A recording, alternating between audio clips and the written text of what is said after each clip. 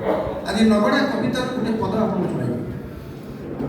दास banner साहेब ओडिया साहित्य बहुत शेष सोपान में पहुँचवा लोक विषय आलोचना भी कर नगड़ा तमें कौन गाढ़ुआ पुरुष,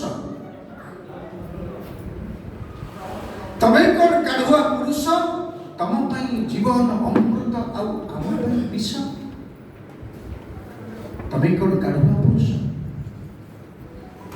तमें कौन गाढ़ुआ पुरुष, तम जीवन अमृत आम विष। तम घरे पिला हेले छुआ हेले केते खुशी केते मिठा बंटा। तम घरे पिला हेले छुआ हेले केते खुशी केते मिठा बंटा। आम घरे पिलाटिए माटी को छुले धन पाई चिंता। तमें कौन गाढ़ुआ पुरुष, तमर आमर कौन ईश्वर दीटा, तमर आमर कौन ईश्वर दीटा। तमर फूल आमर कंटा, तमर मिठा और पिता। छाड़ा हो ये गोटे कथा। तमें नई से पारिले आमे नई र मझिरे, तमें नई से पारिले आमे नई र मझिरे। तमें सवार घोड़ार पिठिरे आमे कुंभीर पारिले।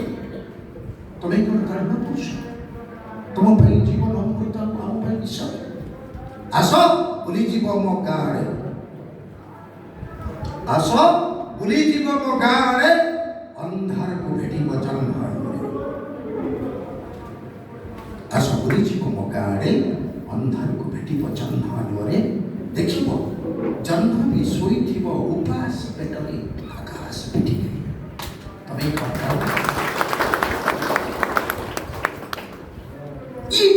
विद्रोह सांप्रतिक युव समाज को छाती रे नाही मत लगे ना।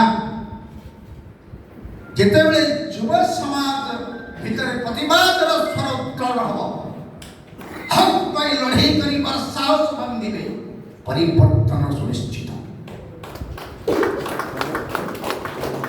युव समाज सामग्रिक भाव पथभ्रष्ट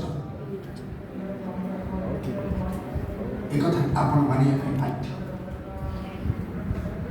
आपण समस्ते आठवलर बुद्धिजीवी मान ज्ञानी गुणी पाइक क्वेश्चन मोर समय दीपद कथा आपण आगे शेयर कर पाउछ। मते बहुत कष्ट लागे।